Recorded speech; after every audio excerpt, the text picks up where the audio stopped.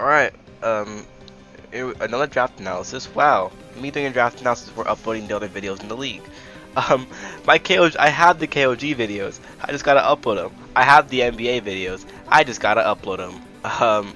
School, I guess, life, makes it kind of difficult to get a good upload schedule. Anyways, so because of that, I decided to upload another league. MDL, I wasn't originally planning to, so this is the Masked Drat League. I wasn't originally planning to upload it, but they made these really cool like draft analysis layouts and like layouts for the videos, and I was like, well, you know, free stuff for the videos, I might as well just use them. So MDL is a league formerly known as SBC, Safari Battle Camp, which is a league that I played two leagues. I played two seasons here. I played in a Radical Red VGC league here. That was super fun.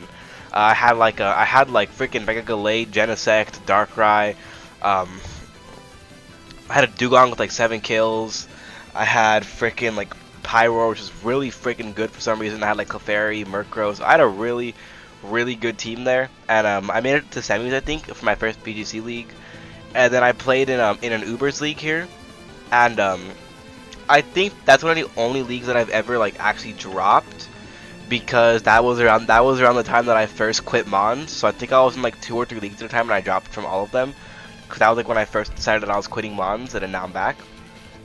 All I can remember is I think I had like Porygon Z, the Yancy, and like Appleton. I don't even remember what my Uber was. Like, that's how long ago that was. But anyways, so now they've rebranded to MDL. It's their first season as the MDL, and we're in the Hearthflame division, which is the low tier division. They had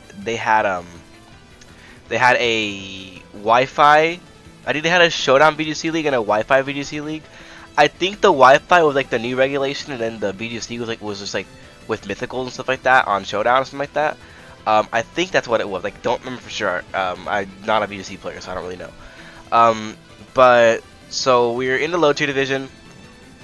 We are playing as the Ball and Carkles, which you might remember the Ball and Carkles, but they're back.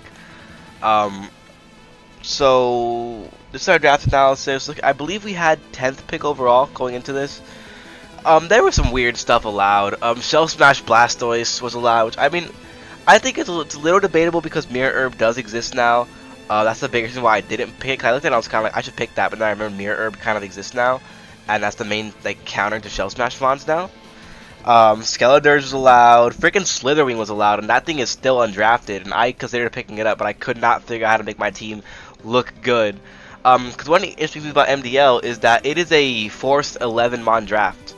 So typically in leagues you'll have like a range, which is the usual range for most leagues is 9 to 11 Mons, or like 10 to 11 Mons. This league was a strict 11 Mons. You had 110 point budget for 18 point tier list, and you had to pick 11 Mons. So it was like, I think it was pretty interesting because you couldn't just draft super top heavy. You had to draft some more middle ground Mons because you needed to make sure you had, because if everybody was going to have 11 Pokemon, you wanted to make sure you had an actual 11-man roster and not like a freaking 8-man roster. Like 8 Pokemon that are going to come, and then you have like 3 that aren't. So that was one of the biggest challenges. Looking into it, I wasn't fully sure what I wanted. I saw Slithering was still there, and I was like, that could be cool, but I was like, I'm not like super sold on it. Skeledirge got taken like right before me, and I was honestly looking at that as a round 1 pick. It was 15 points for Skeledirge, which is crazy in low tier. But looking at what was still there was a couple good options available, and I decided I was gonna commit a little bit of violence, and we were gonna go. Oh, why does it have a little white flash? That's so weird. Anyways, we were gonna go with Mr. Hydrapple. I say violence because this thing is just annoying. Hydrapple is, you know, regen and low tier on a Pokemon of these stats are incredible. You hit incredibly hard, you can take hits, you can run stuff like Regen Vest, and then, you know, you can just dish out moves like Draco, which are really hard to switch into. I believe Hydrapple gets like Leaf Storm and Earth Power as well, so it gets good ways to hit Steel types. And then it just clicks Draco, which very few things can switch into. There are very few viable fairies in the format, and I have one of them. And a lot of those and you know, one of those fairies is the Yancy, which hates grass moves obviously, and then the majority of them can't really take Leaf Storms for too long as well. You know, stuff like Grand Bull don't really want to take is incredibly difficult, incredibly strong special grass moves. So I think other ones like Comfey isn't the bulkiest thing in the world. Doesn't really love taking all this stuff as well. Especially because it's kind of pressed for move slots as is, so fitting stuff like Synthesis could be pretty hard on it. So this thing ends up putting in a lot of work, honestly. Just spamming grass moves, spamming dragon moves. And it's kind of one of those Pokemon that can switch in, absolutely demolish a hit, just eat it, and then dish out some insane damage to Draco, and then just get out of there. Like, it's one of those Pokemon. You can also do like your really funny like Fickle Beam sets, which are definitely an option. Fickle Beam is very interesting. Also, I'm doing all this without even looking up if Hydrapple gets Draco Meteor. I really think it does. I hope it does. But Fickle Beam is also a pretty interesting strategy, especially because you're so bulky. You can kind of tank that.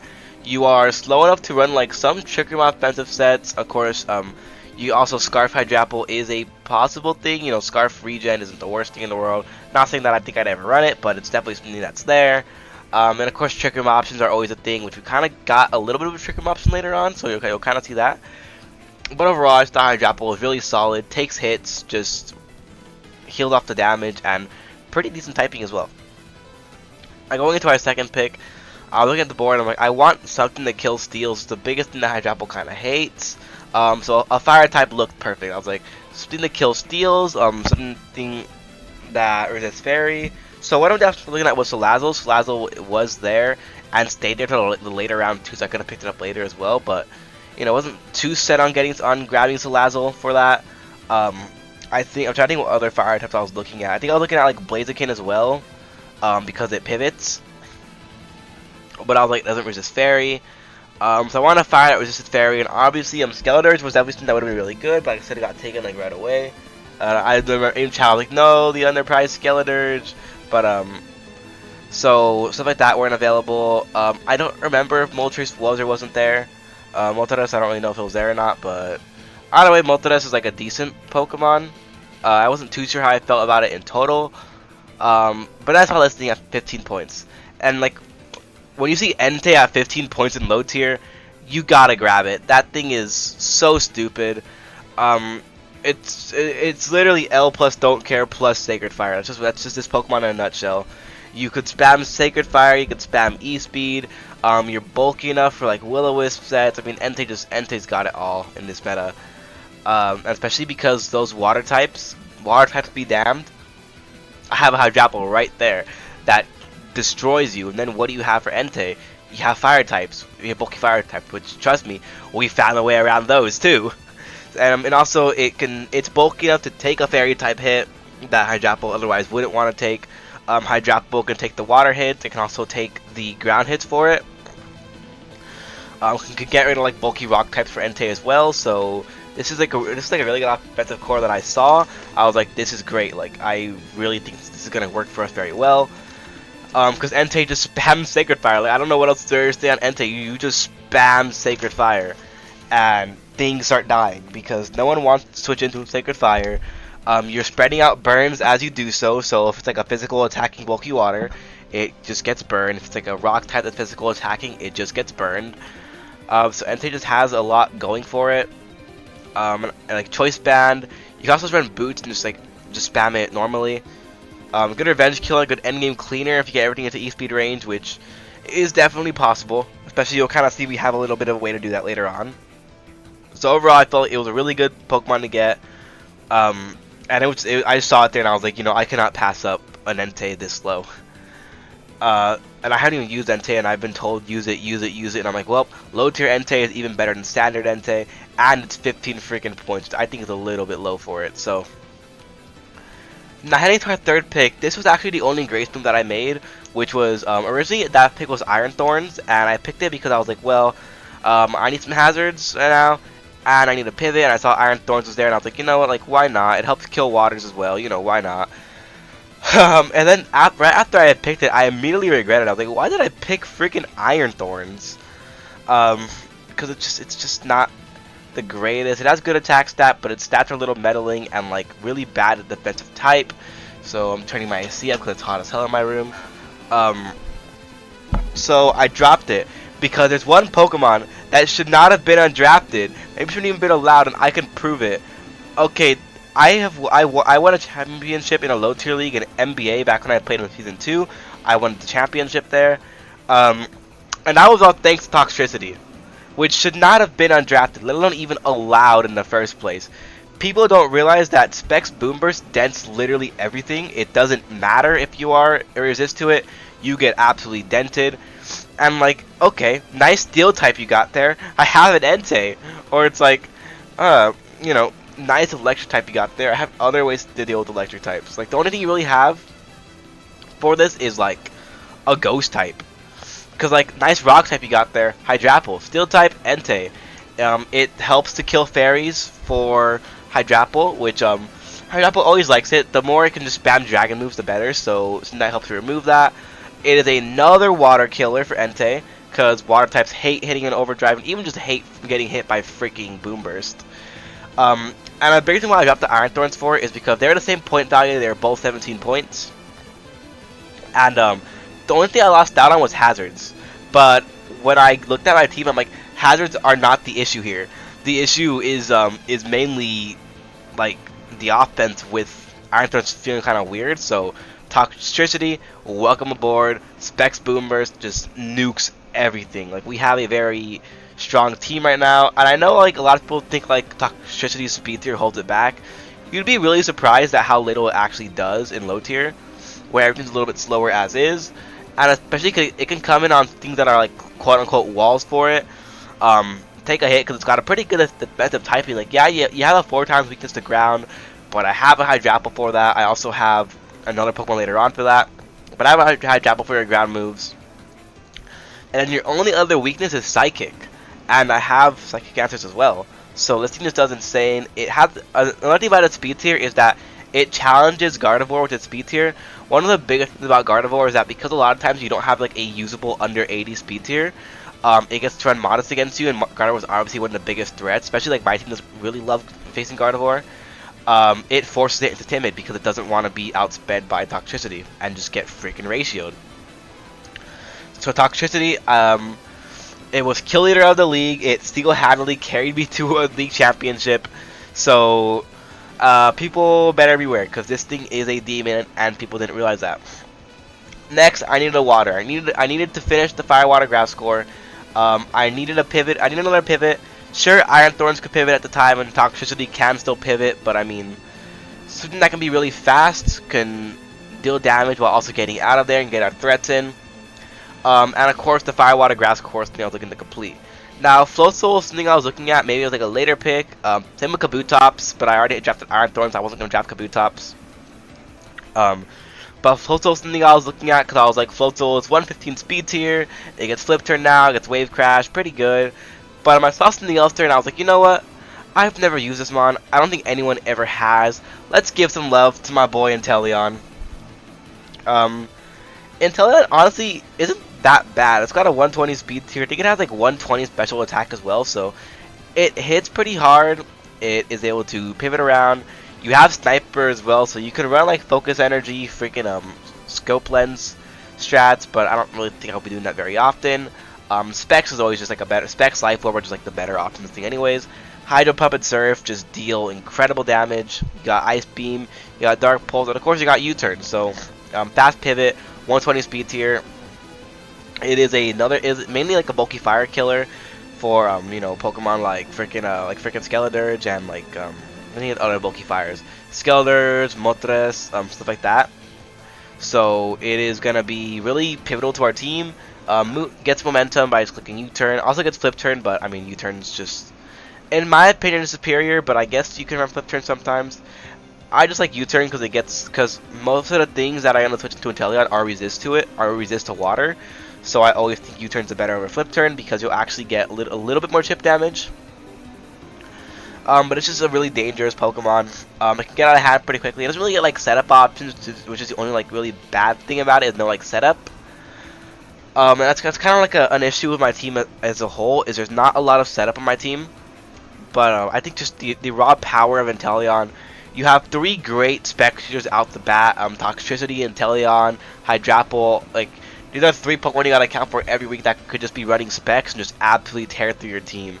And even then, like, Scarf Inteleon's still not bad as a cleaner to really outspeed everything. If you're running a Scarf Inteleon that's strong enough to beat your opponent's whole team, you're in a pretty good spot. Dark Pulse allows you to hit like water types pretty well. Especially like finding like some bulky waters in the meta. Stuff like Jellicent. I don't know if Jellicent got drafted or not, but stuff like Jellicent just allows you to get some good damage off. So Inteleon's a pretty good pick, and I think it's gonna be pretty underrated. No one uses Inteleon, so I was like, let's give it some love, let's give it a shot, and let's find out, should you be using Inteleon? Like, what does Inteleon not have? Like, what makes Inteleon unusable? And I think we're gonna find that out. So, next pick 5. I needed a ground immunity, I needed removal, I needed pivot, I needed knockoff, and I needed hazards. And there happens to be one Pokemon that fits all of that. That's Gligar. I don't know. Yeah, Gligar, knockoff, U-turn, spike, stealth rock, defog. It's got it all. It's Gligar. We love Gligar. The thing is that when I won NBA with Toxicity, I actually had a Gligar on that team, so it's kind of funny that they're getting reunited here. But Gligar, really good. You got U-turn. It's very bulky, very difficult to kill. It is two 4x ice weaknesses, which you kind of realize that's the thing with my team. I am 4x weaknesses the team. I have, 2 4x ice weaknesses, I have a 4x ground weakness, but I think I did a good job with covering that up. Like, yeah, having all those 4x weaknesses kind of sucks, but I think I found some really good ways to cover that up and still make really good teams, even with the really bad weaknesses on the team. But I mean, when it comes to an ice type, I have an Entei there, which just kills all of them. I also have another switch to ice types later on, which you'll see. I believe it's actually our next pick is like the ice type mod. But so Gligar, not really much to say on it. Just knockoff, earthquake, U-turn, toxics. Immunity allows it to not be poisoned itself. So overall, very good mon, and I think it's gonna do a lot of good for us this season. So I'm really excited to see what it does. But there's not much to say on it. Now, my 6th pick, I have a lot to say on it because I have to kind of justify why I picked this mon because you don't really see Mr. Alolan Sandslash being picked very often. And I think it's a little bit of a shame. So, Ice and Steel isn't the greatest defensive typing.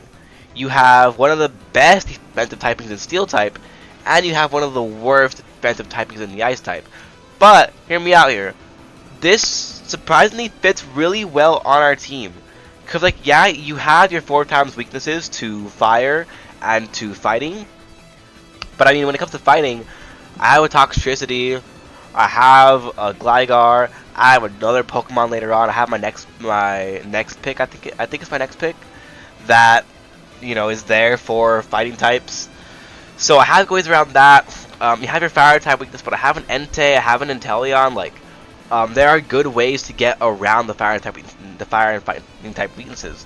And then after that, I believe your only other weakness after that is like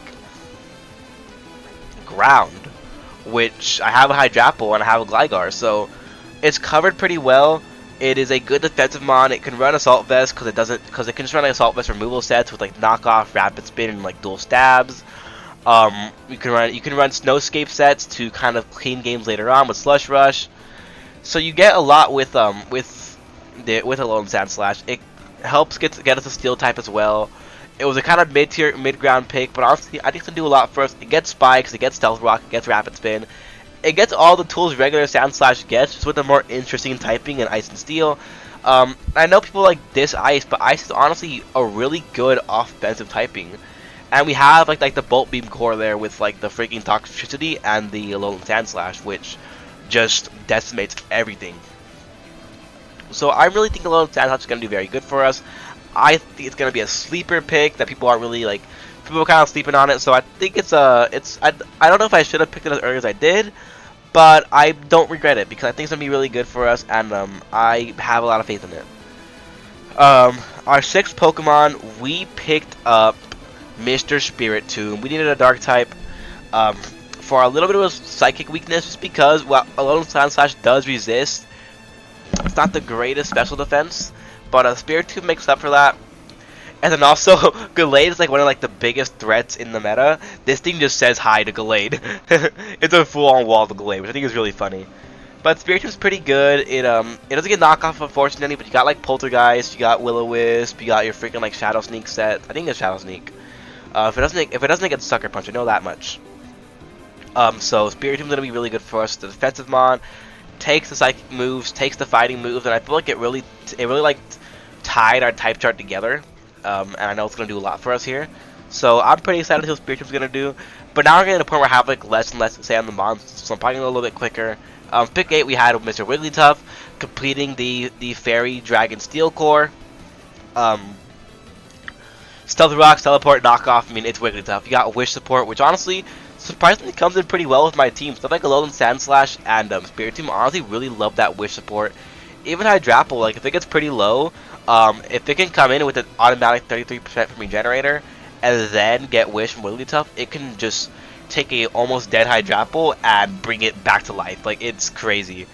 So Wigglytuff is obviously just a go. I love Wigglytuff. I have used it in like 4 or 5 in-game plays. I always use this damn thing. But it's got a lot going for it, and I think the Fairy type fits pretty well with our team overall. Gives us another Dragon switch in. Gives us like freaking when it comes to like poison types for it, we have our Toxtricity, which can just tank those all day. Or like Gligar, which can't be poisoned by them, so it's just like pretty annoying for them. But also Knockoff, Stealth Rock, Teleport. It allows me to pretty evenly distribute my hazards. I mean, I have a Wigglytuff, a Alolan Sandslash, and a Gligar. So none of them are really pressed to run rocks on a move, because if one of them can't run it, the other probably can.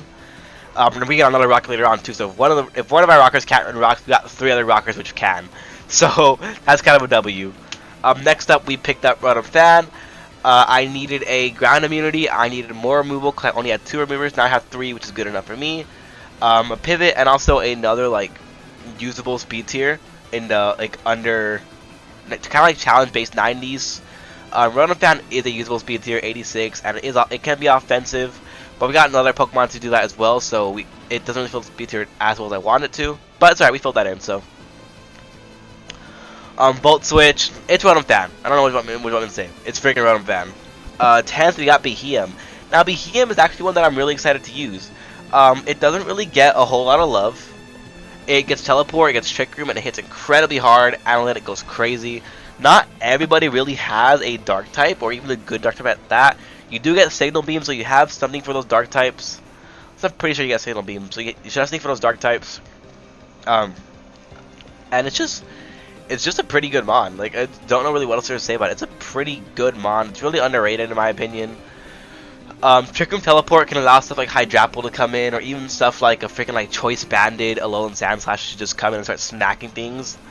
So Beheeyem has a lot that it can do.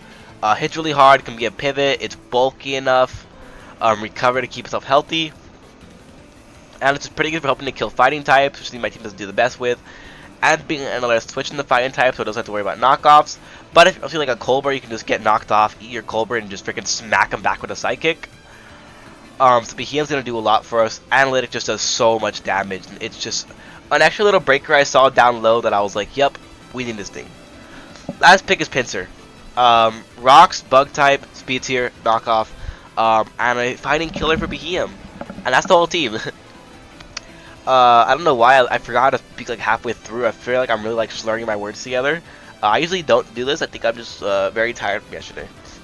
Anyways, that's our team, so let me know what you guys think about it. And yeah, I will try to upload my MBA and my KLG videos, but I cannot guarantee you will be seeing them the next week.